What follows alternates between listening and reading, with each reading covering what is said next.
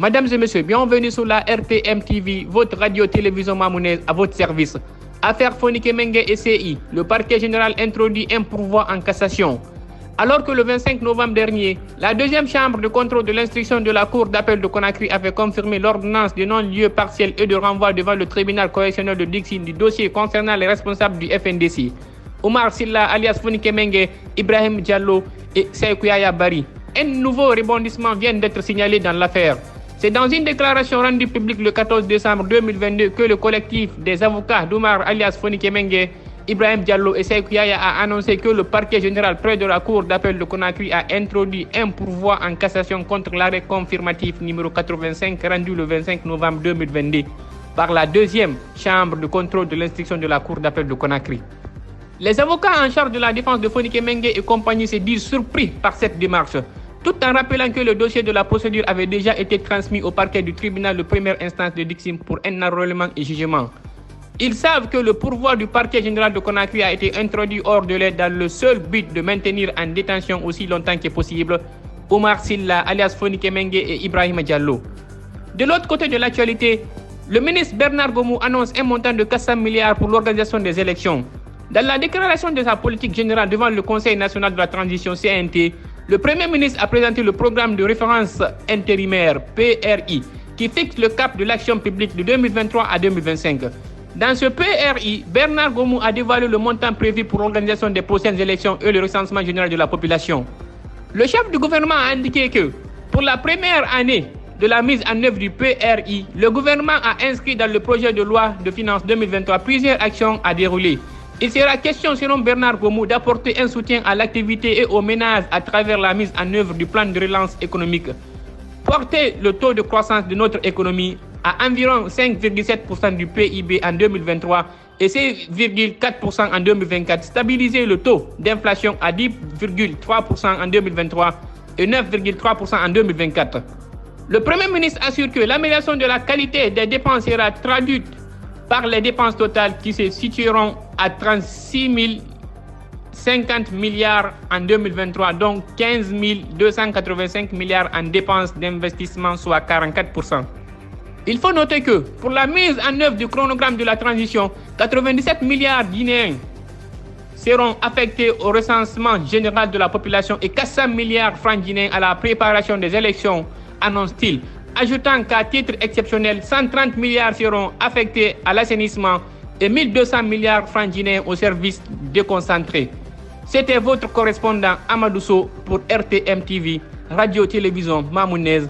Ça se passe ici et nulle part ailleurs. Merci à votre service. Charles White, après sa rencontre avec Dadis, Damaro et CI, ils nous ont dit qu'ils vont bien. Le ministre de la Justice et des Droits de l'Homme s'est rendu jeudi à la maison centrale de Conakry. Alphonse Charles White a eu des entretiens avec l'ancien chef de la junte, Dadis Camara, l'ex-numéro du Parlement, Damaro Camara et autres détenus. Le garde des Sceaux assure que le colonel Mamadi Doumbouya est déterminé à faire en sorte que les personnes qui sont en situation de détention puissent avoir un cadre de vie qui soit au minimum respect des standards au niveau international. Ils annoncent une vaste opération de rénovation de la maison centrale qui va débuter la semaine prochaine. Il a jugé utile en compagnie de membres de son cabinet d'effectuer une visite sur les lieux pour informer le régisseur afin de déterminer le cadre opérationnel de cette rénovation. Le ministre des Droits de l'Homme rappelle que pour le président de la transition est le garant de tout ce que nous pouvons avoir comme politique du gouvernement. Il n'y a pas de rupture entre les gens qui sont détenus à la maison centrale et le ministère de la Justice. Pour preuve, explique-t-il, ils m'ont chargé de transmettre un seul message, c'est de remercier le président d'avoir pris toutes les mesures qu'il faut par rapport au respect de leurs droits en milieu carcéral.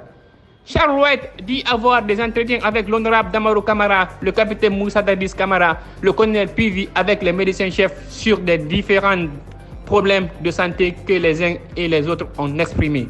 Globalement, leur prise en charge est assurée par le département de la justice. Ils nous ont dit qu'ils vont mieux. Le soir, nous avons eu une rencontre avec les sieurs Kassori Fofana, Ibrahim Diallo et Fonike Mengue. Nous sommes disposés à écouter toutes les personnes qui sont en milieu carcéral, mais sans s'immiscer dans les affaires judiciaires, a-t-il fait entendre. De l'autre côté de l'actualité, Dadis Camara, à propos du procès du 28 septembre, je suis devant le tribunal parce que j'étais encombrant.